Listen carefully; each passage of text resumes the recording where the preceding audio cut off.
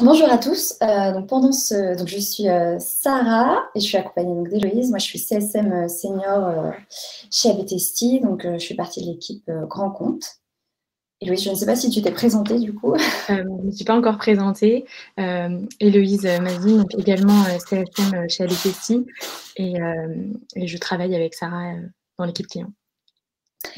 Donc durant ce webinaire, on va donc vous partager ces différents points. Donc c'est effectivement comprendre l'impact de la crise sur les comportements d'achat, les attentes des consommateurs et les évolutions à moyen et peut-être plus long terme, les enjeux pour le coup à court et moyen terme pour pouvoir répondre rapidement à ces attentes. On va évoquer ensemble aussi les stratégies par secteur et on terminera avec des recommandations de quick win, donc effectivement des choses qu'on peut facilement mettre en place à travers la plateforme ABTST.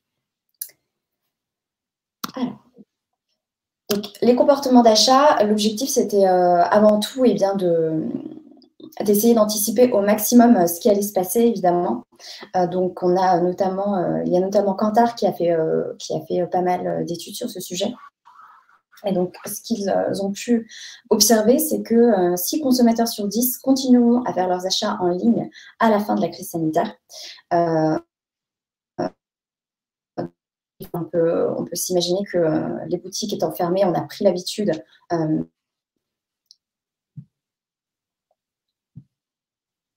et on va garder cette habitude. 80% recommenceront à effectuer des achats dits non essentiels. Donc là, on sort vraiment de la crise.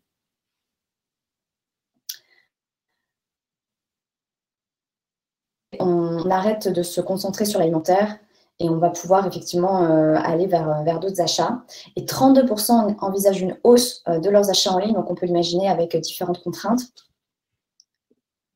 Avec différentes contraintes, eh bien, on va vraiment garder cette habitude.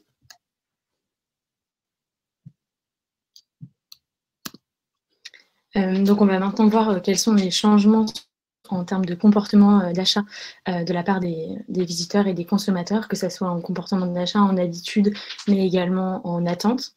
Ce qu'on peut constater aujourd'hui, c'est que 43% des consommateurs considèrent que le prix reste la condition la plus importante. Donc, le prix restera le premier critère d'achat. Ceci peut être expliqué par le fait que le confinement et donc la crise a généré du chômage partiel, voire total, qui a tiré le budget d'achat des ménages vers le bas. Donc, le prix restera le premier critère d'achat. Ce qu'on constate également, c'est que parmi ces 43%, on a 20% d'entre eux qui souhaitent une composition saine, voire biologique, même s'il faut payer plus cher. Tout simplement parce que lors du confinement, les consommateurs sont davantage restés chez eux, peut-être à faire aussi de la cuisine et donc revenir à des activités plus essentielles. Et donc, ils ont une envie de consommer des produits plus sains, biologiques, avoir une certaine transparence en ce qui concerne la provenance des produits. Ce qu'on constate également en termes de changement, c'est une augmentation des achats en ligne chez les seniors. Les seniors qui sont un segment qui ne consommait pas forcément au préalable sur du digital et en ligne. Donc, ce qu'il va falloir faire par la suite, c'est donc adresser cette audience et penser à la fidéliser, puisqu'elle a commencé à consommer en ligne.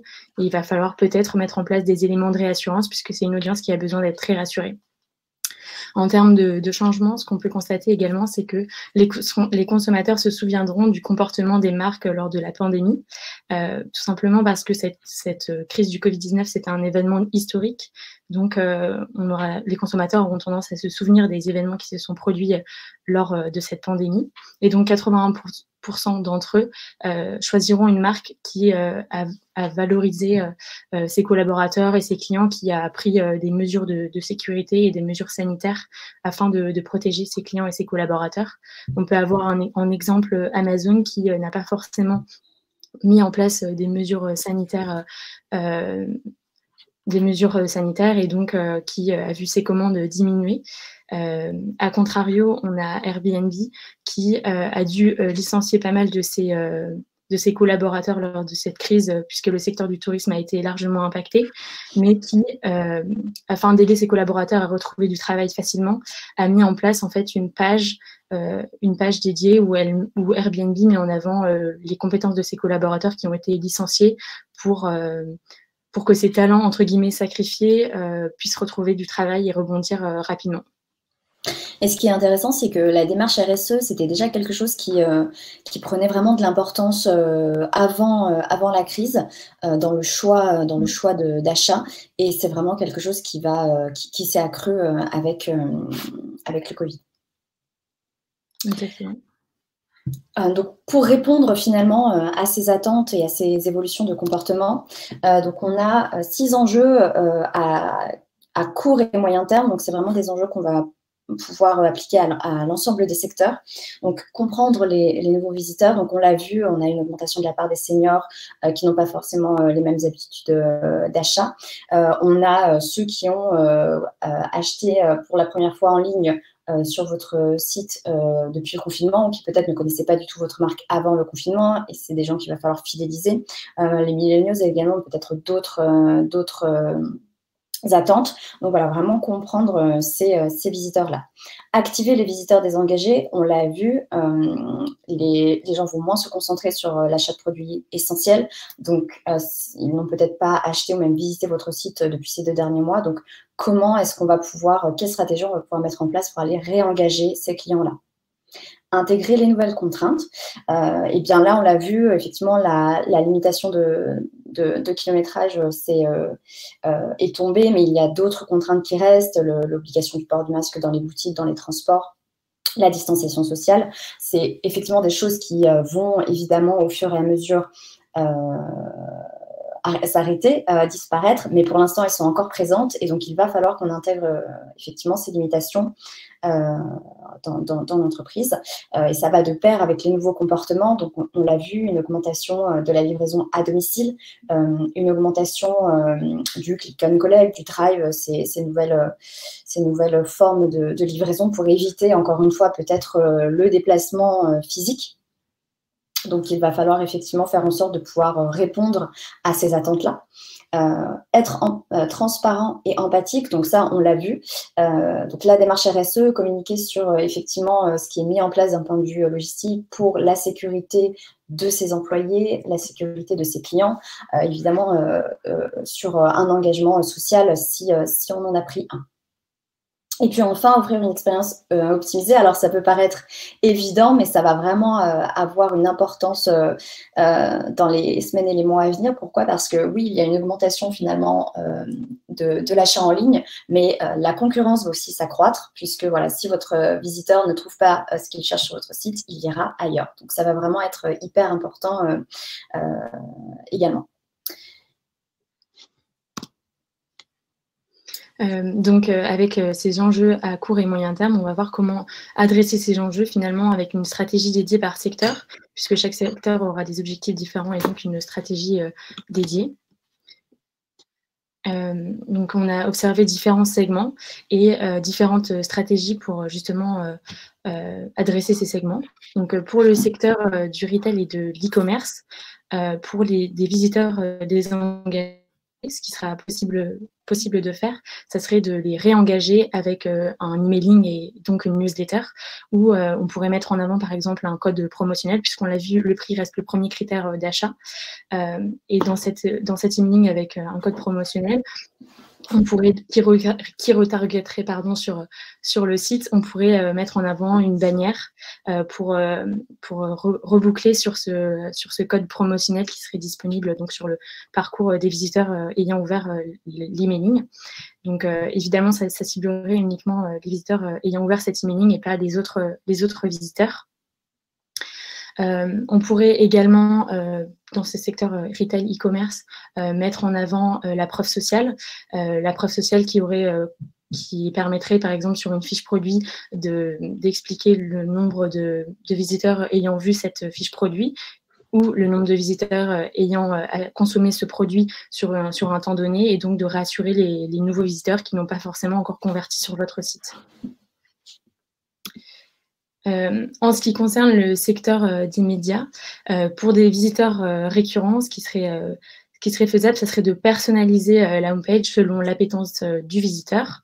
Donc, en fonction des articles consultés par le visiteur, lui pousser des articles qui correspondent à ses désirs, à ce qu'il a déjà lu en tout cas, donc pour finalement qu'il consomme davantage de contenu. Pour les visiteurs freemium, l'idée, ça serait de les convertir sur des visiteurs premium et donc de leur mettre en avant des offres d'abonnement dédiées pour qu'ils s'abonnent. En ce qui concerne le secteur de la grande distribution, ce qui serait intéressant, ça serait potentiellement pour les visiteurs qui sont déjà, pour des nouveaux visiteurs, ça serait de mettre en avant des recommandations de produits avec du cross-sell, peut-être pour mettre en avant un montant d'achat avant une livraison gratuite. On pourrait également penser à mettre en avant un ciblage par géolocalisation pour mettre en avant peut-être du retrait drive ou du click and collect en fonction des régions où le drive est possible. Pour les visiteurs seniors, ce qui serait peut-être intéressant, ça serait de les rassurer, puisqu'on a vu que ce segment d'audience a besoin d'être rassuré. Et l'idée, ce serait peut-être de mettre en avant des pictos de réassurance avec peut-être des paiements sécurisés ou de mettre en avant le service client, finalement, un appel possible pour ce segment d'audience qui serait rassuré de voir qu'il peut contacter quelqu'un en physique avec un numéro de téléphone. Alors, pour le secteur banque assurance, un exemple possible, ce serait pour un visiteur venant d'une annonce paid. Donc, vous avez mis en avant une offre auto. Si votre visiteur a cliqué sur cette offre, l'objectif, ce sera bien de continuer d'afficher exclusivement cette offre pour garder une cohérence effectivement dans le parcours et répondre à la demande du client. Un autre exemple, ce serait pour ceux qui sont déjà clients chez vous. Vous avez un adhérent qui a une assurance habitation chez vous. Vous savez, parce que vous avez cette information, soit via une DMP ou un data layer, que cet adhérent a un enfant. Eh bien, dans le cadre d'une stratégie d'upsell, vous allez pouvoir finalement personnaliser son parcours en lui affichant une assurance scolaire qui correspondrait finalement à son profil. Et enfin, dernier secteur, donc dans le travel, ce qu'on a pu voir et ce qui va, je pense, être très important effectivement de garder ces prochaines semaines et ces prochains mois, c'est beaucoup de réassurance, notamment sur la flexibilité des annulations de voyage. Un autre exemple, ce serait effectivement un visiteur qui est arrivé sur une landing page dédiée par rapport à une recherche de voyage. Eh bien, on va travailler sur le fait de lui pousser des offres similaires qui correspondraient à sa recherche pour l'inviter effectivement à continuer son parcours et à réserver un voyage. Donc, ici, c'était effectivement un ensemble d'exemples pour tous secteurs confondus. Si vous avez des questions plus spécifiques sur un secteur en particulier, n'hésitez pas à la fin du webinaire, on pourra bien sûr y répondre. Donc, on a quelques recommandations de Quick Win à vous partager. Donc, on a listé quelques recommandations de Quick Win qui peuvent être rapidement implémentables et qui seront intéressantes d'être mis en place. Et pour tout secteur, encore une fois. Oui, voilà, exactement. Sarah le précise, mais c'est vraiment tout secteur confondu. Donc, c'est vraiment des quick wins, tout secteur confondu. On peut notamment activer des mécanismes promotionnels, puisqu'on l'a vu, le prix reste le premier critère d'achat. On peut également communiquer sur l'organisation et la logistique de l'entreprise. Donc, ça peut être mettre en avant des blocs sur les mesures sanitaires qui sont prises par l'entreprise. Ça peut être également mettre en avant le fait que l'entreprise va s'engager. Donc, si par exemple, il y a eu des dons pour des hôpitaux ou autres. On peut également optimiser le cross-sell pour maximiser le panier moyen et donc atteindre un certain montant de panier moyen, peut-être pour mettre en avant une livraison gratuite. On va également pouvoir optimiser la navigation. Donc, il y a vraiment différentes façons d'optimiser la navigation, mais peut-être que ça pourrait être de faciliter l'accès à certains produits. On va également pouvoir promouvoir la qualité des produits, donc tout ce qui va être produit made in France, éco-responsable, puisqu'on l'a vu, 20% des consommateurs souhaitent consommer peut-être plus sain et biologique. Donc, dès que vous avez des qualités de produits qui pourraient être mises en avant, l'idée, ça va vraiment être de valoriser vos produits en mettant en avant justement des produits qui peuvent être éco-responsables. Et également, ce qu'on va pouvoir faire, c'est de personnaliser le site selon les visiteurs, puisqu'on l'a vu, les comportements des visiteurs seniors ne vont pas être forcément les mêmes que les anciens visiteurs fidèles ou que des nouveaux visiteurs. Donc, on va venir personnaliser le site en fonction du segment pour inciter les visiteurs à convertir et personnaliser leur parcours également. Donc, par exemple, si on voudrait activer des mécanismes promotionnels, donc ici, l'idée, ça serait donc d'afficher une offre promotionnelle aux visiteurs venant d'une newsletter. Donc, on mettrait cette campagne en place grâce au widget disponible dans l'éditeur, un widget bannière qui pourrait être mis en place tout device confondu. Donc, pour ceux qui ne connaissent pas forcément ABTST, on offre en fait une librairie de widgets. Les widgets sont des outils qui sont précodés, donc qui vous permettent de mettre en place des éléments sur votre site sans que vous ayez à développer des campagnes de votre côté en code. Donc, la bannière fait partie justement des widgets qui sont précodés et qui peuvent être facilement implémentables sur votre site et totalement personnalisables en fonction du design de votre site. Donc, avec cette bannière personnalisable sur le site, on va cibler les visiteurs qui proviennent de la newsletter qui met en avant cette offre promotionnelle. Donc, on utilisera le ciblage natif de page d'arrivée, puisqu'on possède plus de 40 critères de ciblage et on utilisera pour ce type de campagne le critère de page d'arrivée.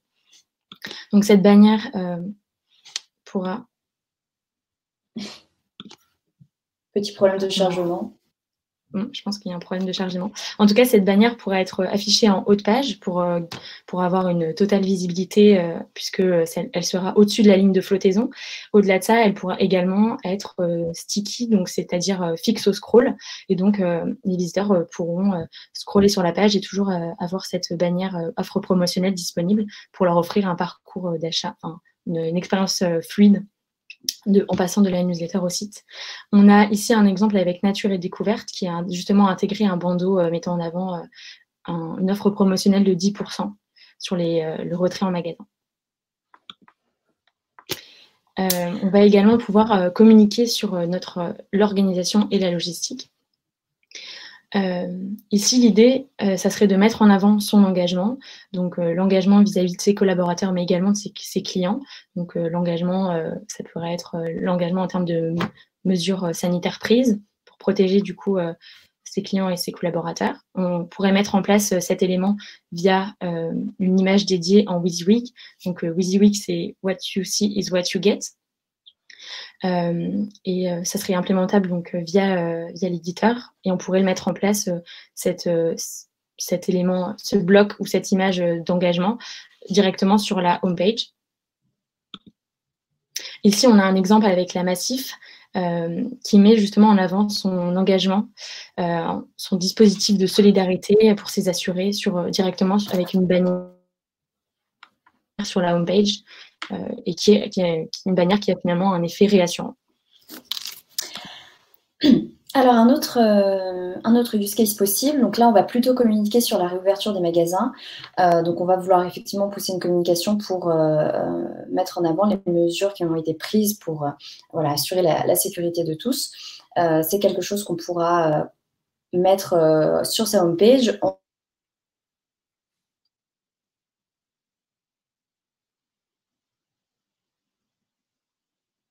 De manière place via un widget, donc qui est le widget image popping. Donc, on a par exemple le petit bateau qui a affiché cette pop-in full screen donc à l'arrivée sur la home page, indiquant donc la réouverture des boutiques et la possibilité effectivement d'en savoir plus, toujours dans le but de rassurer ses visiteurs. Autre quick win, donc optimiser le cross-sell pour maximiser le panier moyen pardon, en période en minimum de livraison, puisqu'on l'a vu, la livraison à domicile, c'est quelque chose qui a beaucoup augmenté dans les comportements.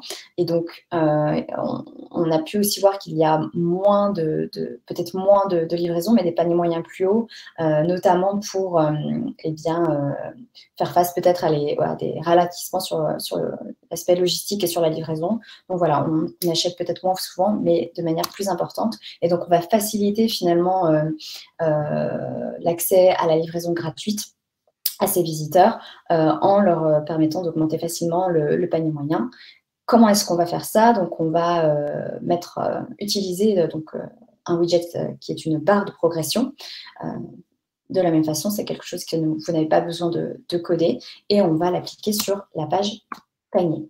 Donc, on a par exemple Mix qui a mis en place ce type de barre de progression qui, en l'occurrence, permettait de bénéficier de la livraison gratuite ainsi que d'un mascara. Et on peut le voir, effectivement, la barre de progression est totalement personnalisée à la couleur et à la charte de la marque. On va également pouvoir mettre en avant le bloc cross-sell pour justement augmenter ce panier moyen. Ici, on va intégrer ce bloc de cross-sell dans la pop-in de confirmation d'ajout au panier. Donc, sur une fiche produit, lorsque le visiteur va ajouter au panier, on aura une pop-in d'ajout au panier avec un cross-sell qui sera intégré en code custom. Ça sera un code qui sera customisé puisque ça dépendra du site en question. Donc, il y aura un petit peu de développement à mettre en place. Et on ciblera donc sur la page produit. Ici, on a donc le site Fairmob qui a justement ajouté un cross-sell sur sa pop-in de confirmation d'ajout au panier qui permet donc d'optimiser, d'augmenter le panier moyen et de potentiellement bénéficier d'une livraison gratuite à partir d'un certain montant. On va également pouvoir, en termes de quick win, on va également pouvoir optimiser la navigation.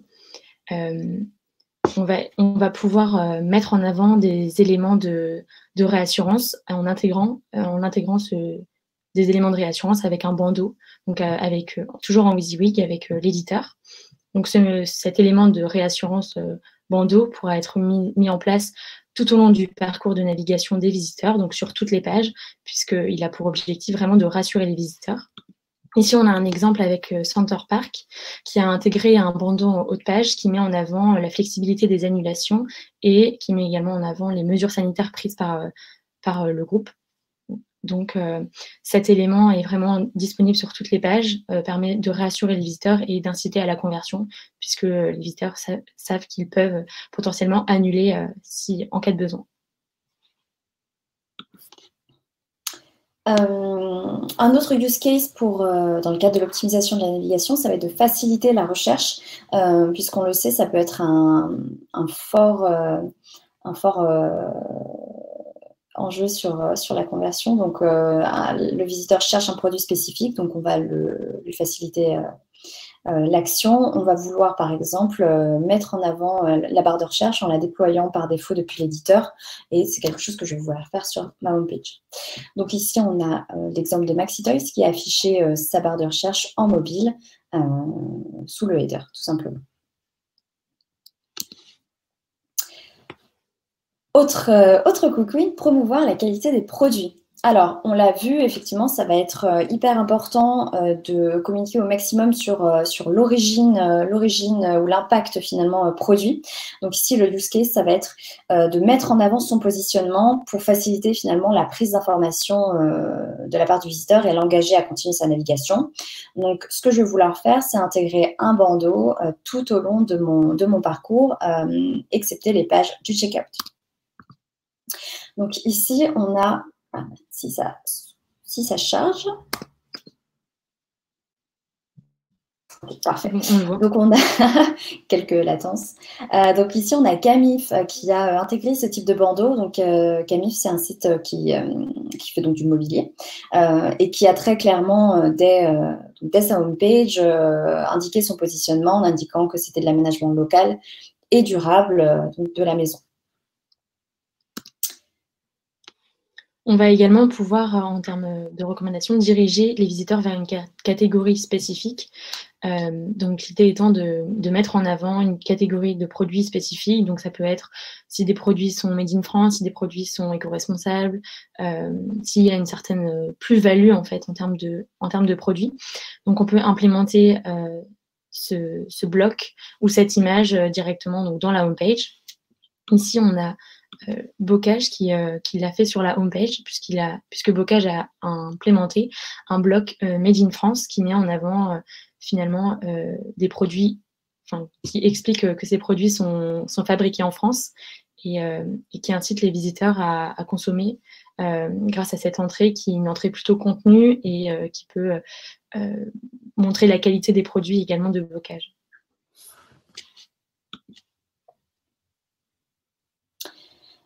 Donc, on va ensuite personnaliser donc, le site selon le visiteur et ce sera notre dernier quick win.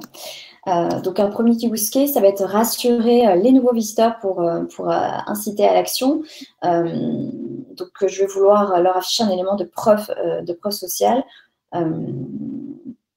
Comment je vais faire ça? Je vais utiliser donc ce qu'on appelle un smart widget social proof.